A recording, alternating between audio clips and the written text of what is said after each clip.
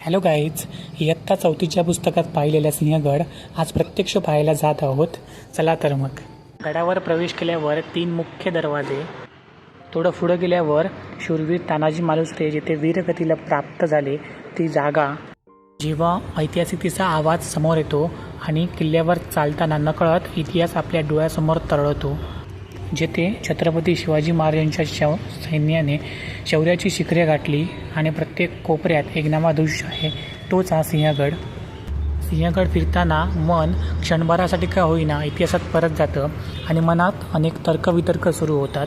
कोंढाणेश्वर मंदिर, तानाजी मालुसरे यांची समाधी, छत्रपती राजाराम महाराजांचे स्मृतीस्थळ, पिण्याची पाण्याची टाकी, त्यानंतर मोरदरीची तोफ आणि कल्याण दरवाजा असे अनेक स्पॉट आपणास पाहावयास मिळतात. पावसाळ्यात या किल्ल्याचा नजारा अजून खास होतो.